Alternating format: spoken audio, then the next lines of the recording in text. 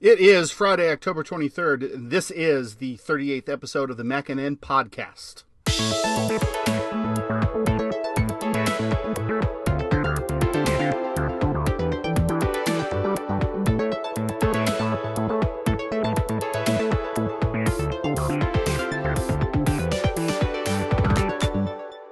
You'll note we don't have the stentorian tones of Charles hosting today, but he's with us. Charles, say hello. Yes, hello. I am currently in the beautiful city of...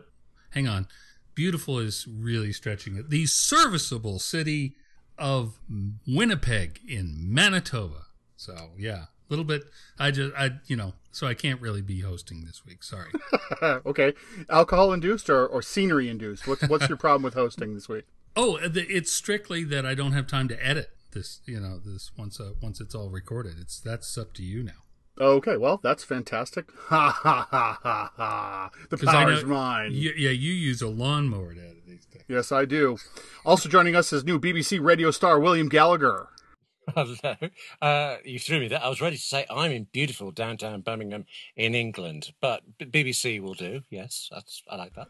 Well, before we move on to other stuff, why don't we talk about why you're a BBC radio star? Why don't we do that first? Because video killed you?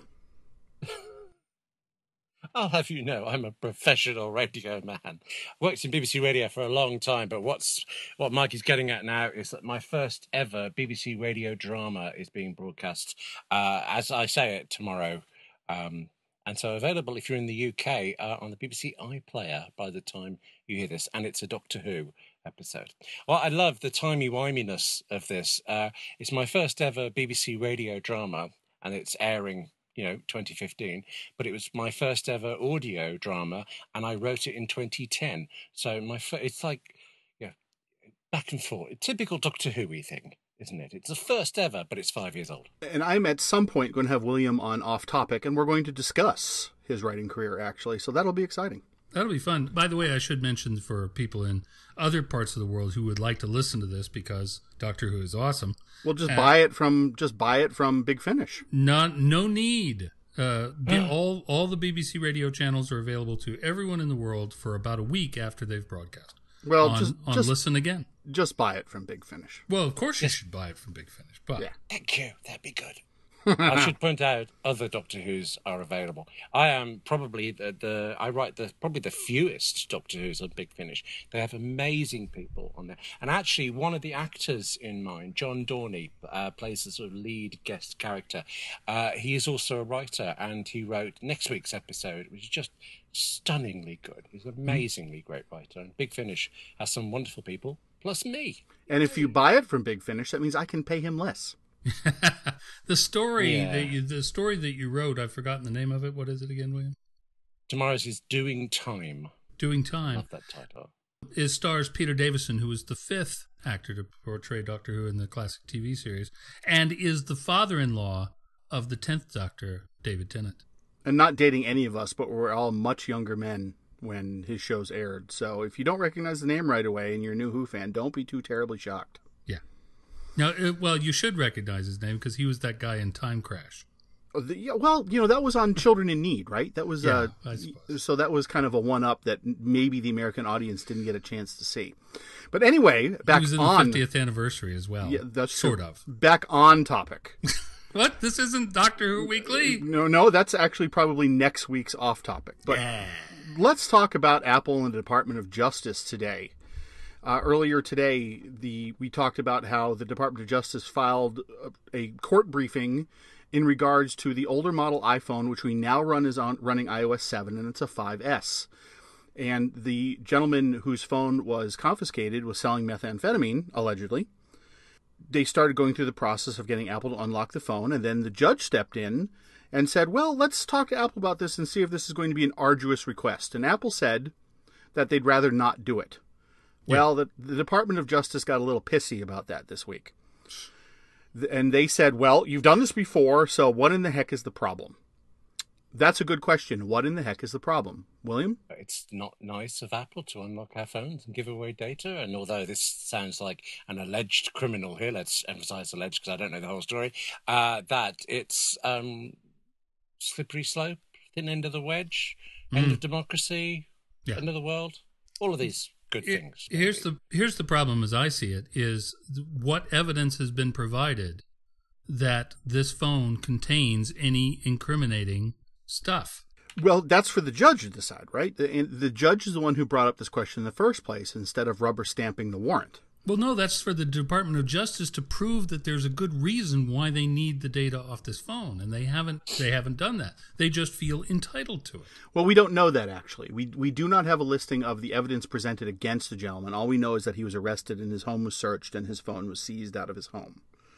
That's all we know for sure based on the filings that we have public access to. We don't really know what the Department of Justice has on the gentleman, and we don't really know why the genesis of Apple's complaint. I'm assuming he's exactly what they say he is, but that still doesn't mean that the phone has any evidence on it. Might not. Well, now we're getting strictly into law and order territory. What does the warrant say there, William? I mean, you don't really know. I mean, this is exactly what this case is about. This is why the judge, not Apple, has sort of put a stoplight on this, is because he's trying to get the Department of Justice to explain exactly what they think is there. Well, also, he has been an activist against the 100-year-old law applying to things like this. Oh, yeah. And what the 100-year-old law basically says that you, as a provider of services, the government can force you to divulge information on customer records, but there are other precedents that say that if it's not in the best interest of the company and the company is not involved at all or could not be even remotely connected to the crime in question, then the company is not obligated to divulge information about the suspect. Right. And that's really the issue here. The issue here is we're looking at 1970s law versus 1908 law, and neither is a good situation for the digital age. No, I mean... Can I just say, the phone is innocent, right? Yeah. Somebody should speak up for the phone. Okay, that's said. Right. There's also the constitutional question about we have a constitutional right to be secure in our person and papers. That's what the actual document says. Not very many people read it anymore. Mm-hmm. It is very easy to argue that's because that sentence was written 300 years ago. Papers now would mean your smartphone. I completely agree. And in many states in the United States, they can compel you to unlock your phone. And if you don't, then you pick up a contempt of court charge or an obstructing justice charge. This isn't a good situation. Law, once again, has not caught up with the reality of the digital age. And we've written about this in the past many, many times. And it seems that half of the court cases about Apple are about this kind of thing. My feeling on this, just my opinion, is that if the Department of Justice's case hinges on getting into this phone, then they don't actually know this guy is a meth dealer, and they can't win the case because this judge might not let them open the phone. That's a possibility. So this goes back to if you don't have a reasonable amount of evidence to suggest there's something there, then you're just fishing. And this is, to me at least, based on what I know about this case at the moment, which is not everything. Which may or may not change by next week, because there's supposed to be oral arguments today. Right. But I'm starting to pick up some hints that they may not have happened. Yeah. I don't know why, but they may not have happened. Delays are perfectly normal in cases like this. But the bottom line is that I don't want to pretend that the Department of Justice is trying to be a police state here, but there is a fairly thin line there, and we want to be careful not to cross it. It sounds, from what I have read so far, it sounds to me like what the Department of Justice is really wanting off of that phone is anybody else. Is evidence to make the case, or anybody else, right? Right, and other people. There was a case 2 years ago about, and the Supreme Court heard it, about cell phone seizures, about how information on another possible defendant was found on the phone, and they went after the guy. And unfortunately, the ruling escapes me at the moment. But the ruling and the justification by the Supreme Court, I do remember, were kind of ham-handed and not really aware of modern technology, and that's a problem. Yeah. The part of the problem is the time it takes to get to be a federal or Supreme Court judge is decades. This is not a quick process. So we're literally talking about lawyers who had their training in the 60s and the 70s who are now making federal court judge and Supreme Court judge. And technology was radically different in the 60s and 70s. So but that's fixable. I mean, you can have an independent expert advise you on things. Yeah, but they don't. That's the thing. They don't. I know. The president of the United States has advisors. That's why he's so well versed on everything. It's not because he's a super genius. Right. It's because he's got people. Advisors. Right. What's going to happen next? What's the next step for the courts or Apple? What can happen next to move this on or end it in some way? But at this point, it's really up to the oral arguments and the judge's decision. If the judge says, okay, yes, Apple, you will unlock this phone, Apple has already said that if they're ordered to do it, they will do it. Yeah. So Apple's not going to turn this into a humongous case with appeals and things like that. Actually, we should be clear about this. Apple will not unlock the phone. What they will do is they will extract selected data. Yeah, that they is extract correct. some of the unencrypted data that is in the phone for authorities. But they can't just... they're not just popping the lock on the phone. That is a more accurate statement. That is correct. Sure. Do you think we're hearing about this because it's Apple? If you had an Android phone, Google somebody, well, if the information wasn't already leaking, that they'd just have handed it over, boom, done. No, they'd just subpoenas Google because Google has that data. There's a whole industry on forensic recovery of phones and Android phones and hard drives and computers. And there are utilities to do this kind of thing. The biggest issue, as I understand it, with this particular phone is that there is a remote wipe order pending with Apple. And as soon as the phone reconnects with the network, that's it. It's done. That's, as I understand it, that's the main issue here. And there are Faraday cages to prevent network connection. But this is a technological issue that I don't think the Department of Justice is really ready to handle. I don't think that there are appropriate safeguards in place for innocent's privacy. I don't think that there's sufficient innocent until proven guilty protections. Also, there's certain levels of cases, right? We're not talking about a terrorism threat here. We're talking about a meth dealer. Now, I don't know about your town, but every town I've ever lived in has a lot of those. So sure enough. this is on par with somebody breaking into the iPhone of a burglar, just because they want to get a list of what he might have stolen. Now, the judge in this case has already sort of indicated, sort of like Denise Cote does, how he's going to rule on this. He's terribly inclined not to force Apple to unlock the phone for the simple reason that they're not a government agency. They're not a regulated utility. They can do it if they like, but they're not under a legal obligation. Well, we're going to see how this pans out, and I think we're going to find out sooner rather than later how this is going to go. And of course, this even if the judge changes his previously stated opinion and does order Apple to do it, and they do it, this will probably be among the last times that'll happen, because the conversion rate of iPhone users is tremendous. That's correct. Apple suggested earlier in this case that only 10% of its active devices Apple could extract any data from in the first place. Right. So this is a very narrow case. It is an older device running iOS 7, a 5S, which is perfectly capable of running iOS 9. So I guess the moral of the story is here, if you're going to sell meth, maybe you should keep your OS up to date. And criminals are dumb. Okay, I'll go with that.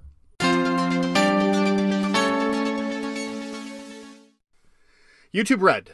YouTube Red is Google's return, or excuse me, Alphabet's return to paid YouTube subscription services with no advertising. Now, to be perfectly clear, YouTube had this before it was purchased by Google, and now Google is Alphabet, and here we are.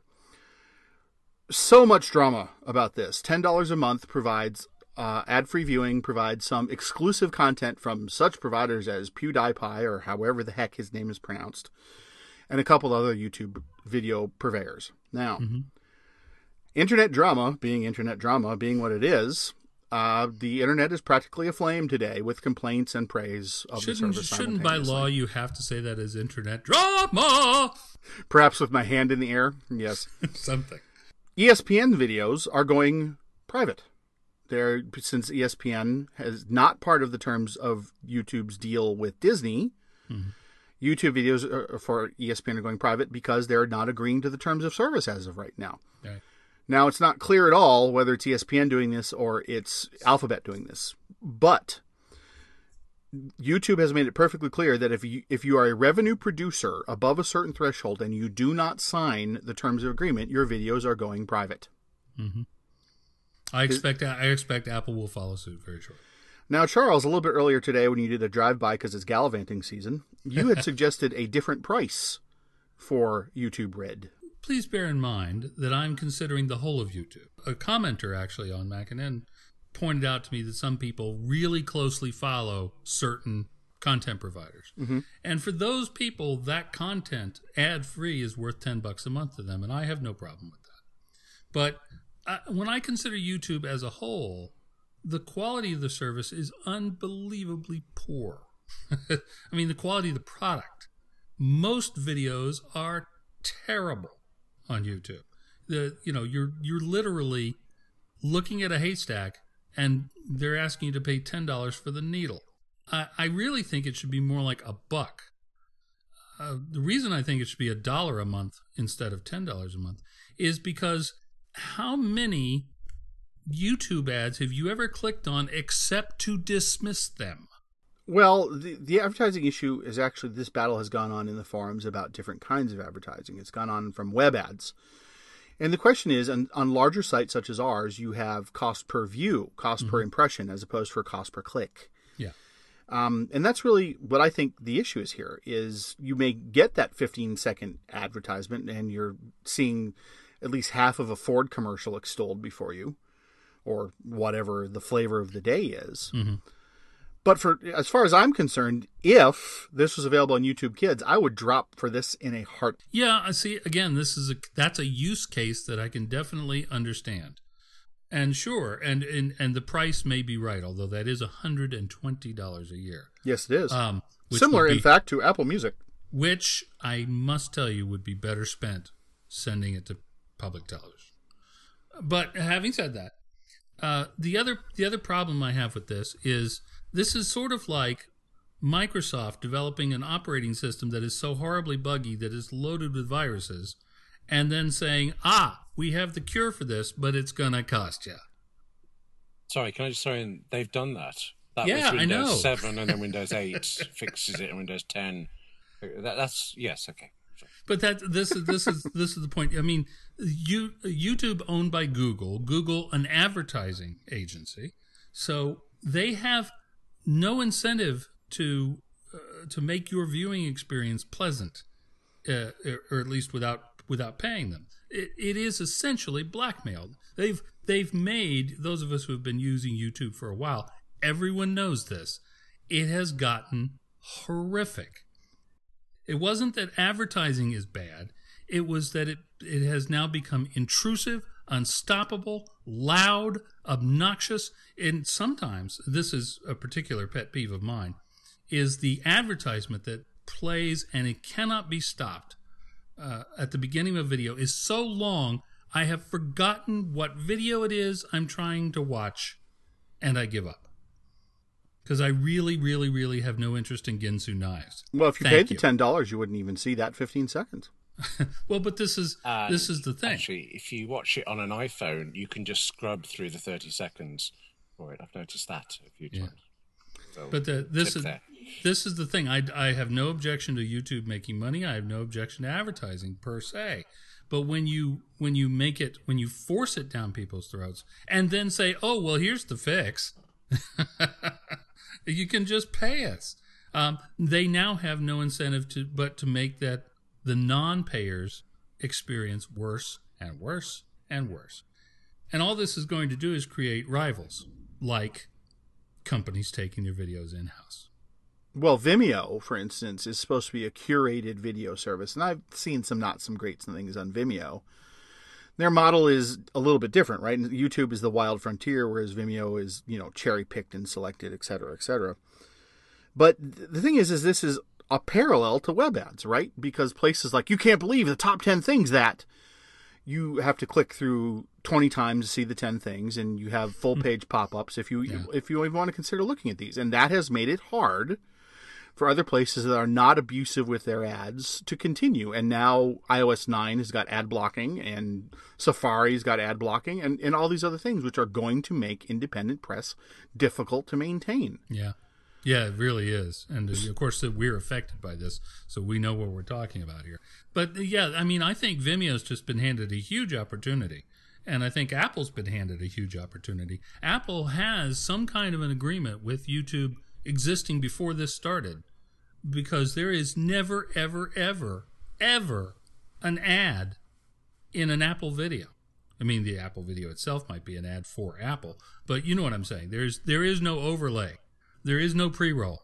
There's no Google 6L. There's no Nexus 6L ad before an Apple video. Right. Is what you're telling me? Yeah. So Apple has already been paying YouTube to, or they have some sort of an agreement, I assume involving payment, where Apple's videos stay pristine, exactly the way YouTube used to be.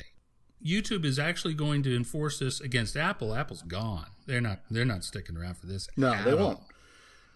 And they're going to say, we've been building these massive server farms. What else can we do with those things? Well, I think the only reason why Apple's got videos on YouTube is just for completeness. There's no compelling reason.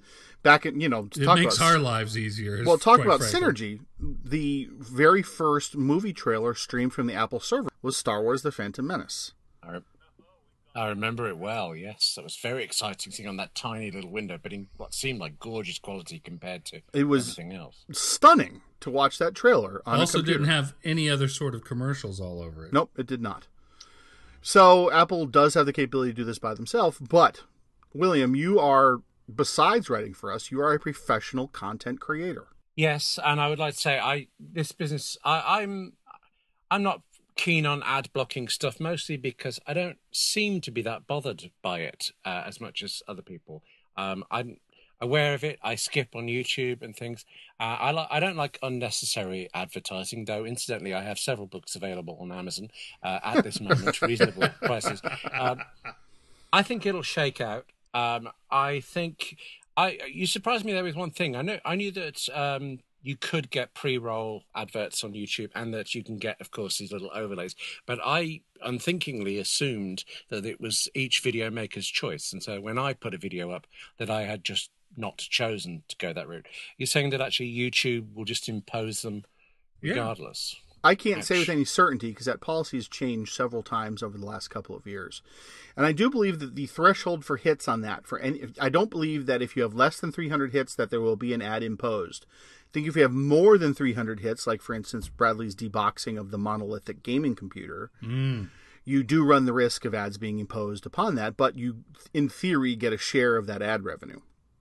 Yes, I've allowed one of my blogs to have ads on it for the last 8 years, and I have made 44 cents. Nice. What are you going to do with all that money? Wow. I don't know. Buy an ad blocker, probably. Before tax or after tax? It's a vital. Of course, this particular blog gets hardly any hits, so of course it doesn't.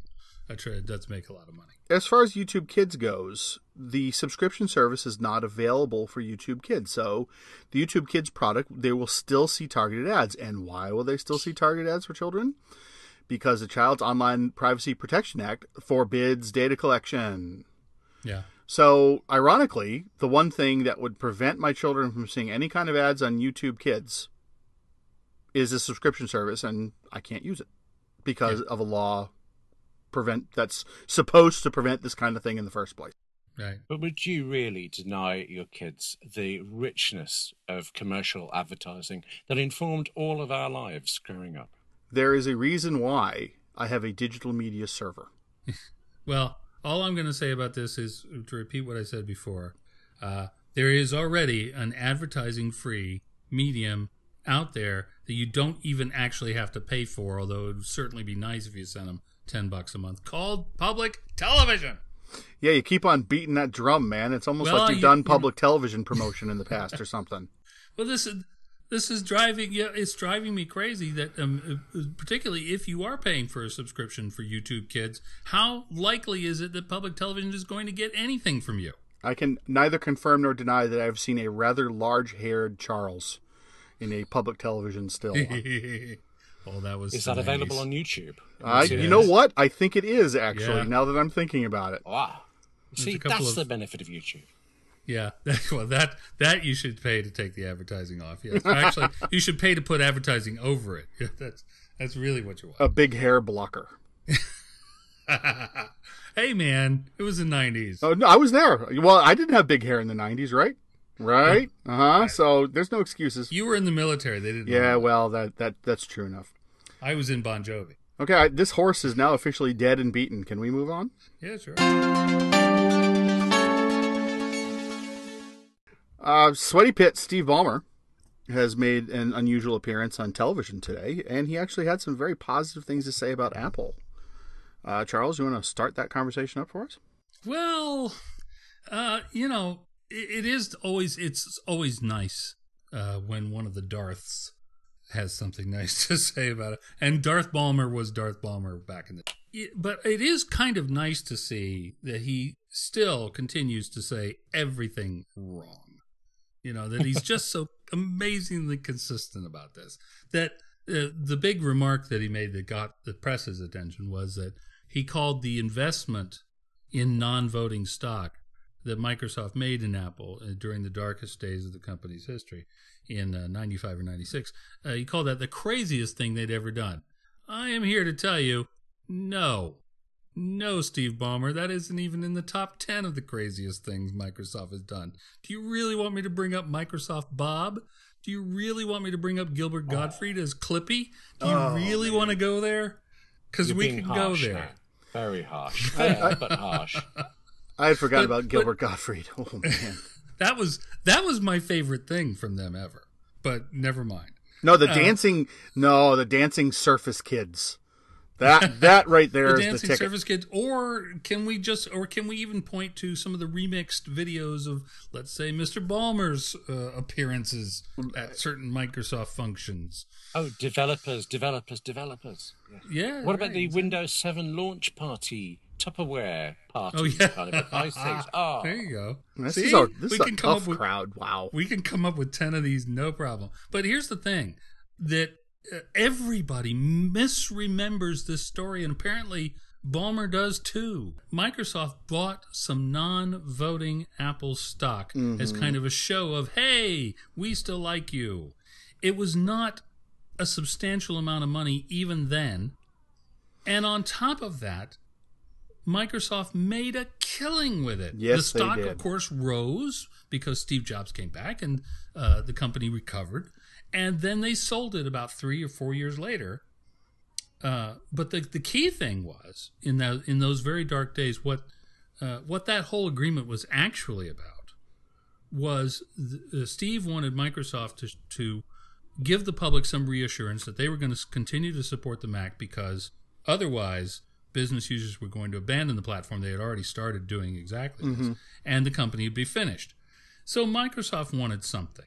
The something that they wanted to Apple to stop prosecuting them for stealing the look and feel of Mac OS. Yeah, there was a lot to this. This is not as simple as, oh, here, have some money, which is what Ballmer said on Bloomberg today, on the morning show on Bloomberg. This wasn't just Microsoft driving over a truckload of cash. This was cessation of legal hostilities. This was co-development agreements. This was a couple of minor patent trades. There was a lot associated with this. Yeah. So why do you if you want to find out the real story, there's a book, I think it's still in print, called Apple Confidential 2.0. It tells you the whole deal. But the bottom line here is that Ballmer and the rest of the public have completely misremembered this. I still get people to this day telling me that Microsoft bought Apple back then, or that they infused the company with cash that saved the company, when in fact it was a pittance. I forget exactly the amount, but $250 million. Yeah, just 250 million. Well, to you and I, that's a lot of money. But even in the darkest days of the company, that was sofa change. They still made billions of dollars every year. Yeah, William? They didn't make many billions of dollars. They made a few billions. Yeah, but $250 million is a token payment. And that's exactly what it was. That's why it was non-voting stock. Playing the role of Mike, who won't shut up about a topic today, is Charles. William, what's going on? I am just surprised that you feel there's any reason why Steve Ballmer might want the world to think that Microsoft saved Apple.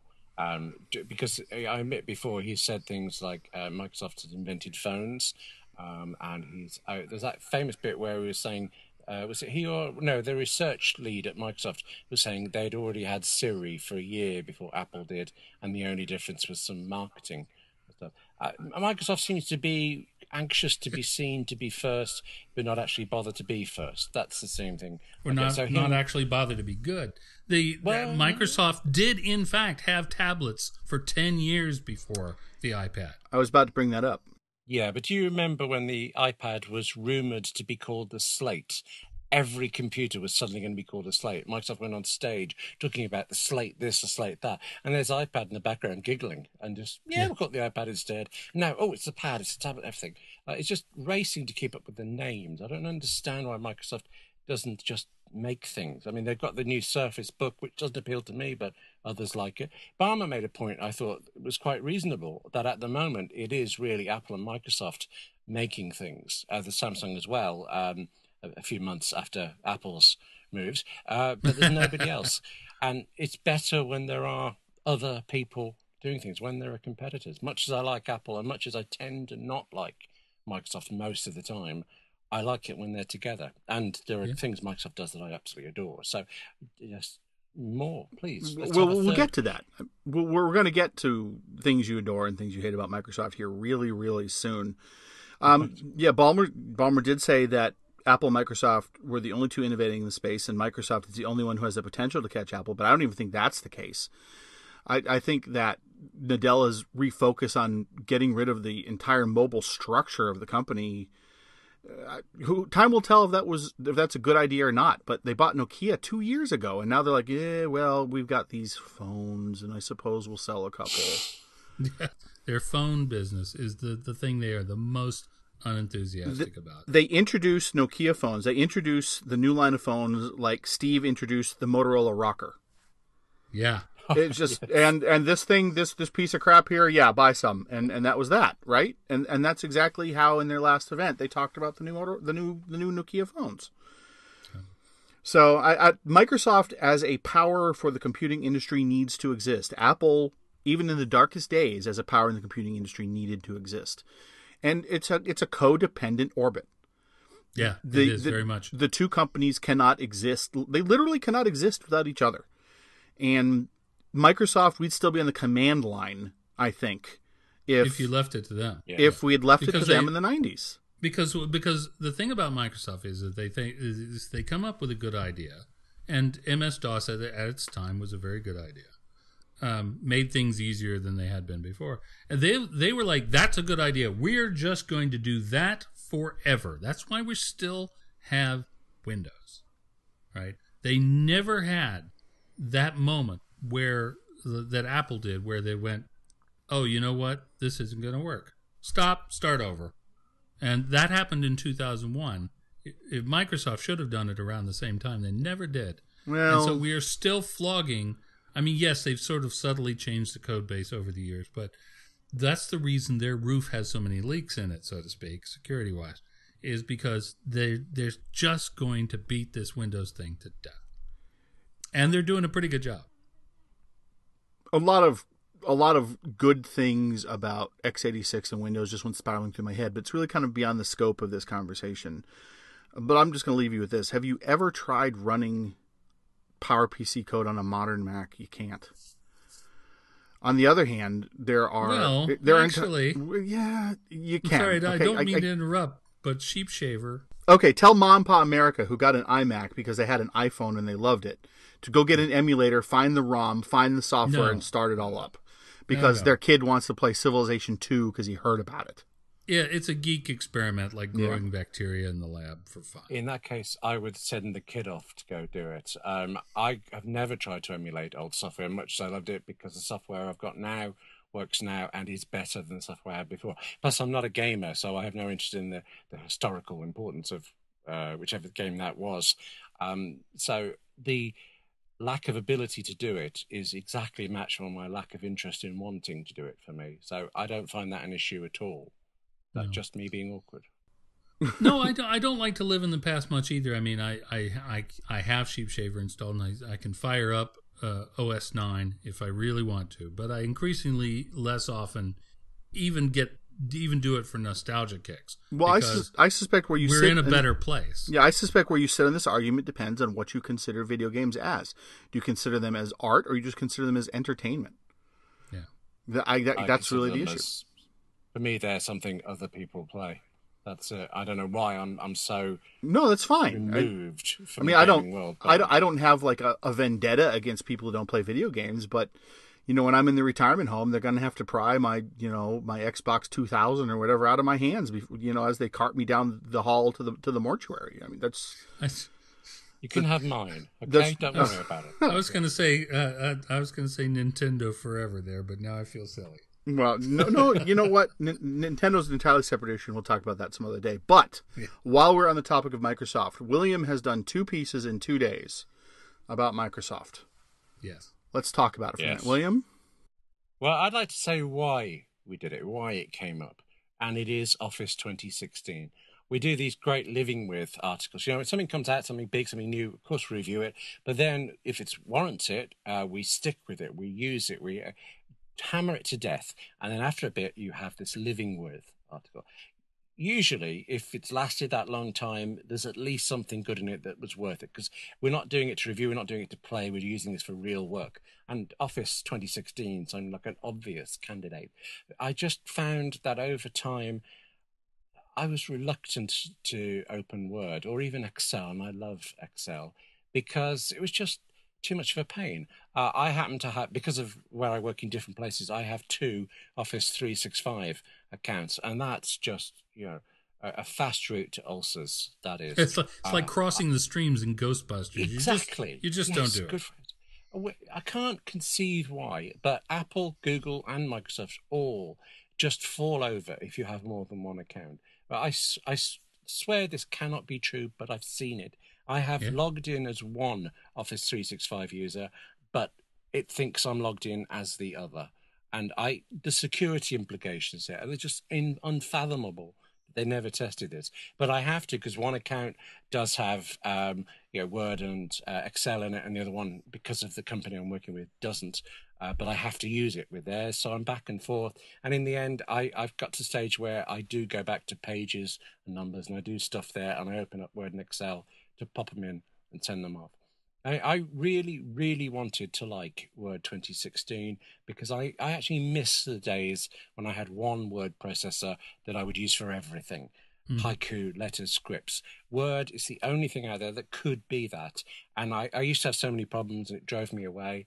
I liked Pages a lot, and actually I think I'm coming back to Pages, but for some reason in the last year, Pages have been feeling slower and slower on my Mac. So Word 2016 could be good, and there are great features in it. It looks much better. It's a lot slicker. I love the fact that of all the reviews of Office 2016, MacNN's was the only one that said, now, hang on a minute, we have these historical problems that accrue over time. And your first impression is obviously positive, but then you find problems later. We were the only people who warned about that. We said unreservedly, if you're already an Office user, get it, you'll be much happier. But for anybody else who hasn't invested already, take your time and think about it, because there are potential pitfalls. And now I just find so many pitfalls. Lots of people have said that they're having no trouble with it. I found I was getting a lot of crashes for it, and then I've been getting these things in Excel warning me incessantly that I can't object link in bed. When you open up Excel fresh and open a new document fresh, and it's telling you can't embed in Excel. You haven't tried to even do that. And it doesn't just tell you once, it tells you again when you hit OK, and again. So you get sometimes twice, usually 3 times. Then you have a moment, 30 seconds, maybe a minute working in the sheet, and it's back again. So, of course, you're Googling everywhere to find answers, because there's no help in the app for this. And the best I found so far is advice that it's a problem with your Windows registry. I'm on a Mac. No. How can it be? Yeah. And there's another one that said, remove this file, remove that file, do this, and this. Really geeky, complicated stuff. And all of it pointless, because on the Mac, none of those files actually existed. Or they didn't in my installation. It's just... There's so much to like in Microsoft and what it does, but I can't trust Word to not throw it away. I mean, I cannot abide how clever Word is at recovering your documents, when I would like it to be just a little bit cleverer at not losing them in the first place. Just that way round, please. And I find it exasperating, and that's why we looked at why Microsoft is arguably the worst developer. But equally, it does such great things. We honestly had this thing, is it the best? In many ways, Microsoft is staggeringly good. It's just let down by just a disinterest in the details, I think. And that one fault is enough to mean I can't trust my work to Microsoft. And that's awful. I can't believe that software is a very personal thing and other people will feel other way. But I open up Word and I'm thinking, how long have I got before this goes? Have I got enough time to do what a client needs me to do in Word? And most of the time I do. But then every now and again, at always the worst times, I don't. And I find that deeply upsetting. And it makes me just want to, I'm not going to renew my own Office 365 account. I'll stick with the one for the company because they need me to it. But that's it. I'm done with Microsoft again. Again, yeah. Well, and I have to say, though, fair's fair. You and I wrote a series called The Feature Thief. That's true. Because Apple is the best developer in the world and the worst sometimes. But they're in a completely different way, which is endearing. What they'll do is they'll set fire to this beautiful house you're living in and tell you they're going to build you a better one. No less aggravating if that's you. True, and there are features that they take away that we're now used to this fact that the good features will come back. Doesn't make it nice, doesn't make it fine, but at least I have never had the occasion when I'm typing something in Pages and Pages has told me you can't register this document. I have no clue what that means. No. Mind you, I've got to say, I hate the beach ball on Macs. It's the prettiest error message you can have, but it's still extremely annoying when it comes up. I find it reminds me of the Hypno wheel, and every time I run across it, which is very rare these days because now I have SSDs in my main machine, but when I do run across it, I suddenly have no desire to smoke. Because it's, like the Hypnotoad. This is the second time I've mentioned this. We're in the middle of testing with 21 different computers and 21 different licenses of Office 365, the problems with El Capitan and in the new version. And even with the latest patch, which Microsoft said didn't fix anything, it did fix some things. And even with the new version of El Capitan... What was the point of the patch then if it didn't fix anything? It was... Well, okay, we'll get on to that in a minute. But even with the El Capitan patch, all 21 installations are not functioning perfectly. That we're still 4 out of 21 of the installations do not function perfectly. And did Apple surprise Microsoft with El Capitan somehow? What? El Capitan is out. Yes, and what I don't understand is I just don't understand. What about the Apple? Yes, update? I just brain locked on that. Why does Apple have to patch something to make it compatible with Microsoft Office? Well, it could be it could be something they changed in El Capitan that screwed this up. Because I have to tell you that although Outlook was having problems during the beta period, if you downloaded the Microsoft Office 2016 preview, the free trial, and ran it on El Capitan before it was officially released, the beta, no problems at all. Well, you didn't have any problems, but there were widespread problems with it. And again, not everyone had problems with El Capitan. Most of our 21 machine testing panel did, but not all. Mm-hmm. But the reports of the same problems under the public beta of El Capitan and the preview of Office 365, it's mind-boggling why these problems still existed when El Capitan shipped. I just don't understand it. Yeah. It's not like I'm thinking back to old versions. I'm thinking back to like Excel 5, and I remember 5 and 5.04 and 5.1 and 5.2 and 5.21a and b. And yeah, that wasn't annoying. And these were on dial-up times. So these were on floppies. Each one of these were multiple megabyte patches that you either had to send away for a floppy disk or you had to spend forever downloading on a 56K modem. But to be fair, when you mail ordered off for the Microsoft floppies, they did include a bag full of sea monkeys. So it's only fair. Well, I must have missed out on the sea monkeys, I'm afraid. But what? Sea monkeys? No sea monkeys. What about X-ray glasses? Did you get those? Sea monkey is brine shrimp. They are brine shrimp. Well, The thing that gets me is you have 21 installations and 4 of them aren't working. My brother-in-law bought 2 Windows notebooks a couple of years ago from the same place. I think he did buy them a week apart, but they were the same model, running the same version of Windows from the same place. One of them would play DVDs and the other wouldn't. And you know the way a family asks you for help and you try to fix it? I spent 3 hours and I got that other PC playing a DVD. And for a few seconds, I felt really good. I have found a workaround. It's like a really difficult Sudoku problem. Cracked it. And then I thought, that's 3 hours. I could have been working on the book. Yeah. And now he's gone off. I mean, this is why I hate computers. The stuff that keeps you, the unnecessary stuff.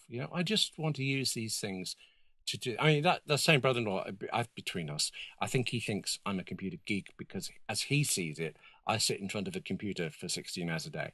As I see it, I write books, I talk to friends, I talk to you, I over Skype internationally, I'm watching films and videos. I forget that I'm using a computer. I'm doing all these things I adore and that are my living as well. But I can see the logic. I am a geek because I spend X number of hours and I can eventually fix Windows problems. Also, you have that classic geek moon tan from the monitor's glow. Yes. Nice. Yes, thanks. Okay.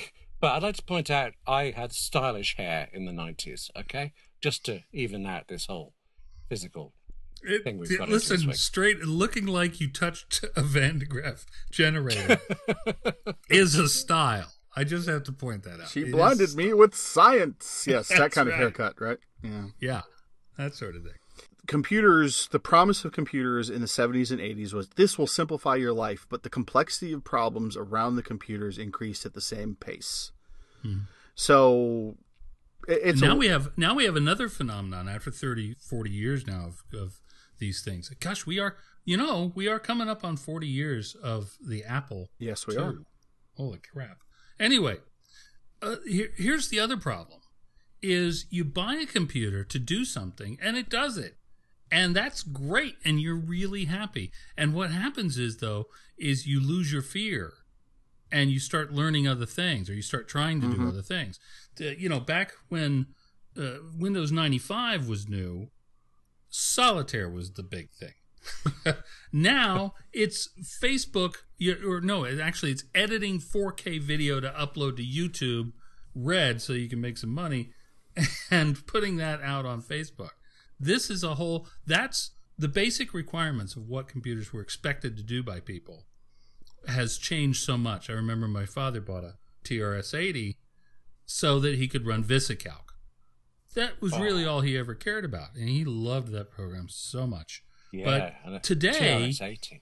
when I teach Mac classes and people say, I want to just do the basic things, they are talking about multimedia creation as well as consumption that would have been impossible to do in the late 80s, early 90s. This podcast, not just the distribution, but the multinational recording right now, Canada, Washington, D.C., Birmingham, right? I mean, we are spanning, quick math, 7,000 miles of internet cable and satellite communication. And this would have cost several dollars per minute to do as recently as 1998. Yeah, it's like a long distance phone charges? What are those? Yeah. We are actually doing this over Skype, which is owned by Microsoft, who we've just been dissing. So, well, swings and roundabouts there. To be completely fair, we are looking at alternatives because we are displeased with the direction Skype is taking. So, such as it is, we are doing it over Skype, but our workflow is not through Skype. Our workflow is recording our audio locally, and we stitch it together because now the sound quality of Skype is unacceptable. And 5 years ago, we would have said, well, screw it, this is good enough. Soon there will be Skype Blue, $10 a month, and Skype will work the way it was supposed to in the first place. Here you go. Okay. Oh, you think I'm kidding? You think I'm kidding? You think I'm joking? You just wait. No, I'm not. I don't think you're joking because Solitaire on Windows 10 has in-app purchases. Yes. No, I really, when Mike told me this in the newsroom, this was a while back, I just lost it. I absolutely lost it. This is like looking at a nativity scene and the light bulb playing Baby Jesus has an ad on it. I like that idea. I can see potential there. And That's I the see problem. potential titles for this podcast right now. So we're going to Do you play think the music Microsoft- before this gets bad and move on to the Play next the music. topic. No, maybe we can get Microsoft to sponsor this week's episode. What do you think? Oh, I don't think so. Oh, with a few judicious cuts, I think it would.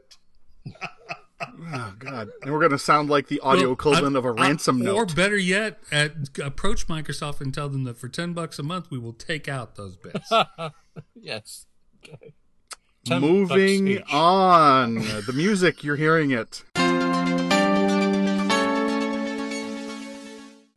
Tim Cook took to the WSJD conference. That's a whole lot of letters. To talk about just things Apple. And he didn't talk a really long time, but one of the things he did talk about were Apple Music listener numbers. 6.5 million subscribers. Okay, first question is, how many of those people, like AOL users, forgot to turn off the charge? Yeah. In my case, I can honestly say I was very aware of this and did sort of like hesitate. Oh, do I really want to pay $15 a month? My wife is not even actually up to speed technologically enough to run this yet. I've got to update her MacBook Air, and she's got to get another phone to really take advantage of it. So this is going to be a very expensive upgrade for me. But but I went for the family plan anyway because it was a no-brainer in terms of value, and also because I after really evaluating what it was doing to my life, I found it to be a net positive, and more importantly, $15 a month worth of net positive. So you actively left that on. I think that 6.5 number is a reasonably accurate assessment. I think that is a minority of people that forgot to turn it off. But now it's starting to affect other streaming companies' revenues. Pandora came out with their results today, which are not as good as they wanted them to be. Mm-hmm. And they do not directly point the finger at Apple Music, but what else can it be? Yeah, I mean, it's not like Spotify has done anything suddenly more interesting. And so speaking of Spotify, they seem to be holding their own, but I think we're just seeing another Apple, Google, or Microsoft, Apple, if you go back a couple of decades. We're seeing that the market is consolidating around these two. What we're looking at here, and I had a colleague out here in the real world to talk about this to me and how he viewed it. If you imagine a giant sand table with anthills, mm-hmm. You can take the sand table and you can shake the sand table. Now all of a sudden the sand is relatively flat, and now the ants are rebuilding the ant mounds. And Apple's introduction of Apple Music was the shake of the sand table. Yeah. And now the ants are rebuilding the hills, and how that's going to shake out, we'll see. How that's going to end out, we'll see. We don't know how industrious the ants are. And it was an interesting metaphor, but I think I'm not sure whether we're the ants or the sand there, but I think Apple Music may have grown the sand. I did try Spotify before Apple Music came about, and I was maybe on the way to subscribing, but I hadn't got there yet. And yet I have positively chosen to stay with Apple Music. It's become more normal for me to have it. I was a holdout. I liked owning my own music. I liked the music I had. So I was more on the fence than Charles was, but in the end, it was the same. I enjoyed the advantages of streaming. I got it suddenly, where before people would talk about Spotify, and intellectually I understood it, but it just didn't appeal to me much. Now I get it, and when people say they don't like Apple Music, they prefer to own it, I kind of think they're wrong. Somewhere along the line, I've moved over sides, and the only thing that's changed is Apple Music. I can only speak for myself, but I was explaining this to somebody the other day, and I hit on what I thought was a pretty good metaphor, which is this. Libraries let you come in and read any book they have as often as you like. Unlimited number of reads. But then some people go, that was a really good book. That was a classic. That was amazing. I'm buying a copy from my personal library. And so they put, even though there's still a copy in the library and they can go read it anytime they want, they still want to have it themselves. I still buy CDs. I'm probably the last person in America doing this. But I still do. I order CDs of the albums that I really think are terrific. These are the ones that really have an impact on me. And they're going into my personal vault. I look at it as kind of an ultimate backup now these days instead of just having it as a collection like a collector does. But the the point is that the Apple Music hasn't stopped me buying CDs. In fact, I use Apple Music as a discovery service. That's what I was going to say. It sounds like you're buying albums you already know you like because you've already heard them. Whereas before, you would have had to take a punt and risk from perhaps a little bit of radio play or the fact that you liked an artist. Apple Music has changed your music habits, just not yet to the extreme of never purchasing again. And I'm nearer the never purchasing again, although I have issues over what the artists get paid, but that's a separate thing. But personal taste, that is certainly one of my motivators, but also because, someday, either from a technical fault of Apple's or I run out of money, all that music that I listen to on Apple Music will go away temporarily or permanently. Mm-hmm. One day, that'll all happen. If I buy CDs, I have a permanent collection that is ultimately backed up, can always be re-ripped, and can be passed down to other people. I do not want my will to say, and to you, my faithful wife, I leave my Apple password. That's just not, no. That's actually the beginning of an entirely separate argument. What happens to these digital accounts when somebody passes on? And I'm sure that it's been dealt with, but not at the scale in the next 10 years it's going to have to be addressed. Yeah. Not at that scale, you're right. But that's the thing. So I'm still doing both and spending a lot of money on music. I do buy fewer physical CDs than I did when I had no other option. That's true. I don't buy as many CDs as I used to, but the ones that I buy, I appreciate more because I have already auditioned them and I know that they are, for me, classics. Right. Let me share a quick parable here. Back in the day, my friend and I heard Owner of a Lonely Heart on the radio. Mm-hmm. Okay, this is obviously back in the day. This is yes. Okay, and you two guys, I can hear you shaking your heads right now, knowing where this is going to go, and not because I've already told you the story.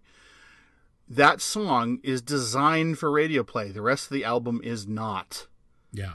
The rest of the album is prog rock and is mostly unsuitable for radio play. In fact, other tracks like Leave It and so forth, they tried playing on the radio, just did not grab anybody.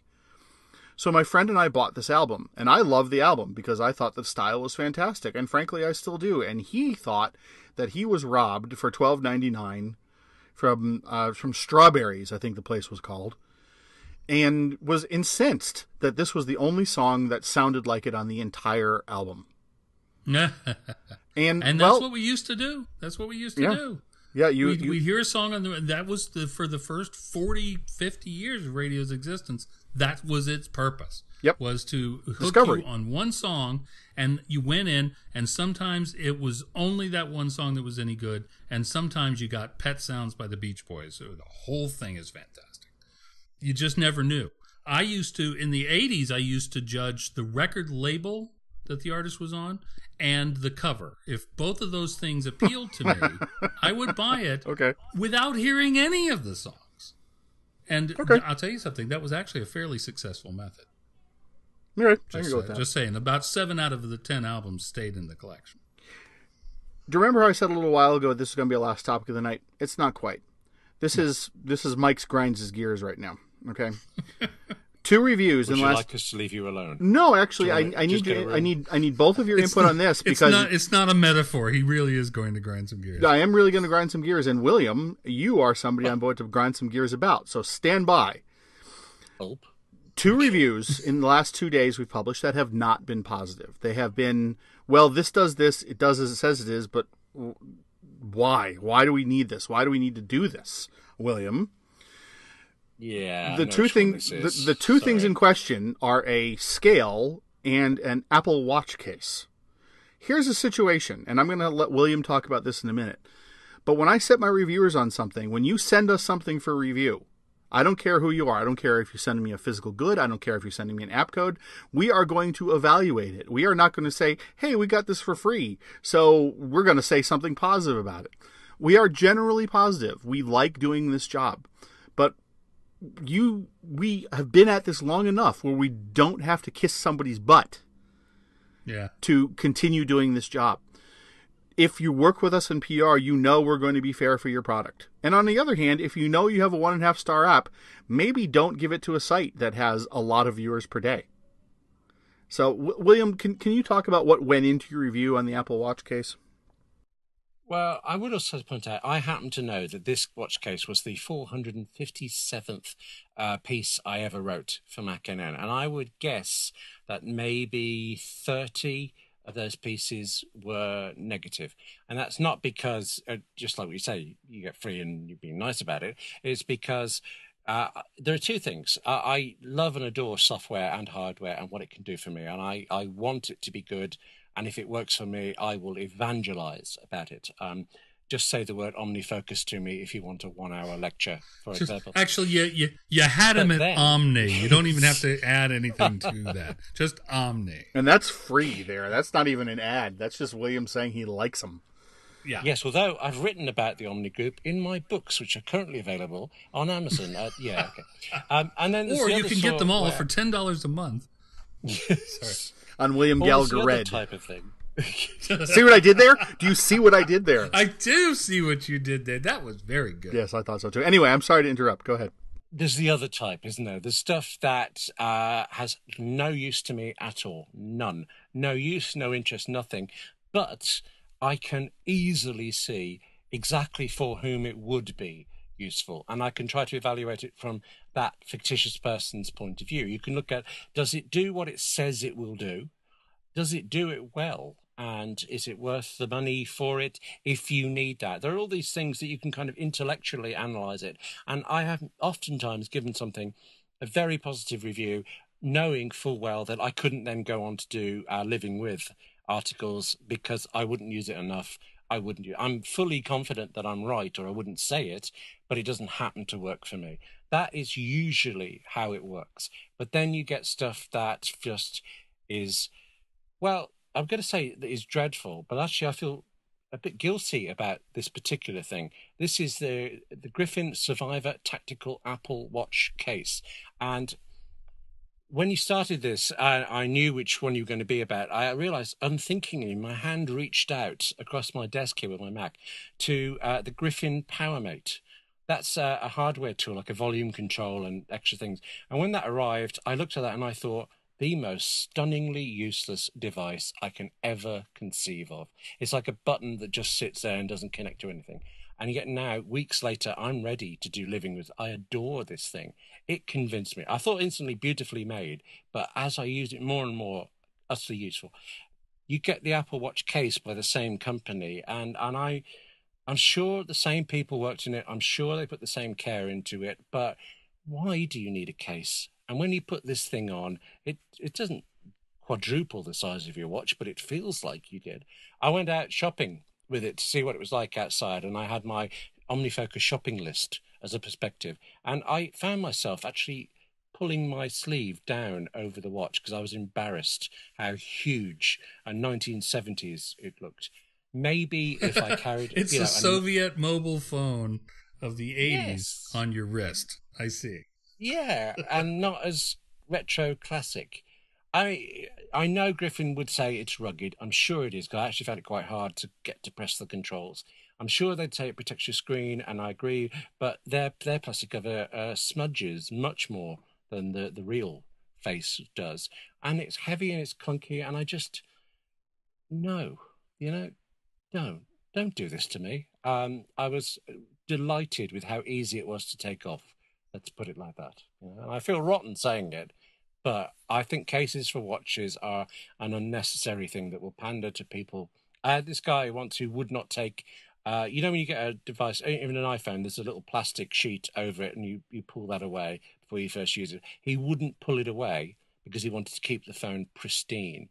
I thought the pristineness of it was more important to him than it being actually useful.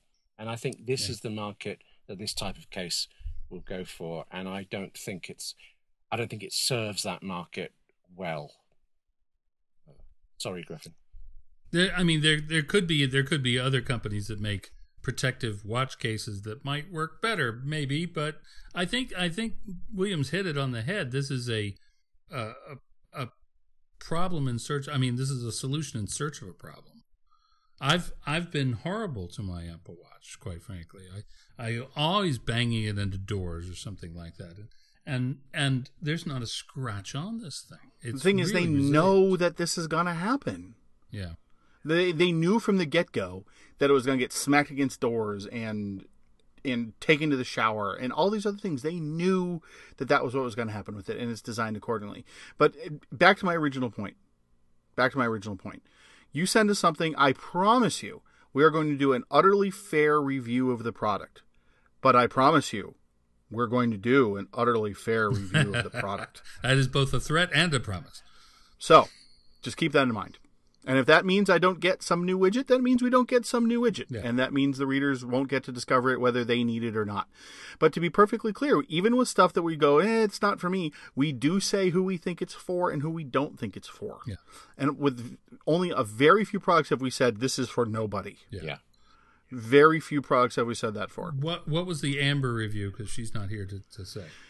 Amber did a body monitoring scale and app combination, and the scale was beautiful. The scale was accurate. It calibrated well. It weighed. The scale did what it wanted to do, but the app is awful. The app doesn't sync. The app currently is sitting at 1.5 stars on the App Store. So this is not just a problem that Amber ran into. This is a problem that the vast majority of users are running into. And she did say in her review that the app straightens out, and this will be fine. Yeah, and that's what we call being fair. And you're right, and that's what we're supposed to do. That is literally our job. That is literally our job description. Yeah. Yes, we are mostly positive because the tech industry now is not what it was 10 years ago, where everybody had some crap that they wanted to sell you. Things have shaken. Everyone has stuff they want to sell you now. You say that, but there's a warehouse of 400 Bluetooth speakers that Jordan has.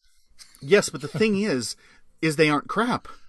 The thing is, they do what they say, and they have the battery they're supposed to, and they're not like the products in 1997 through say 2003, where it's a digital camera with 0.1 megapixels or something like that, and each pixel is the size of your thumb. Yeah. It's not like that anymore. We're not in the genesis of this day. This website is 20 years old, and we have seen our share of crap, and we have called it out as such. And looking at the last 10 years of reviews, which I spent a little bit of time before the podcast, the things have shifted. The quality has improved, and build quality has improved. The vast majority of things that I have been allowed to retain for review are intact, minus impacts from my children and minus things that I've done with them. Like, for instance, an old earpiece, the Fanny Wang headphones. Charles may or may not remember these. Bright red. How you can even say that without cracking a Beavis and Butthead type giggle? I have no idea. Professional. Anyway, they were fine until they got slammed, until they were tethered to something and they swung out in a full arc and hit the side of a wood cabinet way too hard. And you know what? They served me very well until I mistreated them. You know? Perhaps if you'd put them in a watch case. Perhaps if I had special Fanny Wang earbuds protective cases. Yes, I'd look like a Cyberman with the thing strapped to my head. But that's the deal. We as we did 20 years ago, we are still going to evaluate things fairly. If we think your thing is crap, we'll say so. If we think it's not crap, we'll say that too, and we'll be very happy about it. So just be prepared. And readers, that's a promise to you. I think it's an interesting thing. I like that you point out we've been doing this for 20 years, or I mean, I'm new to MacNN, but MacNN has been doing this for 20 years, because there is an argument that, I don't know about YouTube, but I could not develop an app of the scale that Microsoft does. I am working on apps, but not at that level. I could not make any physical hardware stuff. So companies that do, I am a lot of respect for somebody that comes up with an idea and physically makes it. I think that's an extraordinary enterprise. And for us to then say that it's a piece of crap feels very heavy-handed, very high-handed of us as well. And I think we have to do it, but we have to do it with reason. We have to justify our positions, and I hope that's what we do. Yeah. Don't get me wrong. I am so proud and so happy of first-time developers that email me and say, "Please review my app. I want you to tell me how it is." That's amazing. Okay, I have known the basics of coding. I made a choice to do hardware in the early 90s instead of software. I chose poorly. But the thing is the audacity it takes to send something that you've created out for review. It takes, forgive the language, it takes some sack to do that. Well, to have somebody else critique your work. Yes. And I was getting to that. As a writer, your stuff is critiqued all the time. As content creators here at MacNN, we get our commenters justifiably saying, well, I disagree with you because of this, and I don't think you're doing this right because of this. And it still takes courage to do that. But, please, this is our job. This is what we're supposed to do. We do respect you as creators. Just respect us because we get to have an opinion. Yeah, I do. And I'm going to leave it at that. Have readers commenting as well. I particularly like it when any reader comes along and mentions how good my books that are currently available on Amazon are, for example. That's. I'm trying to change this into an advertising William, model. if I paid you $10 a month to stop doing that, I would.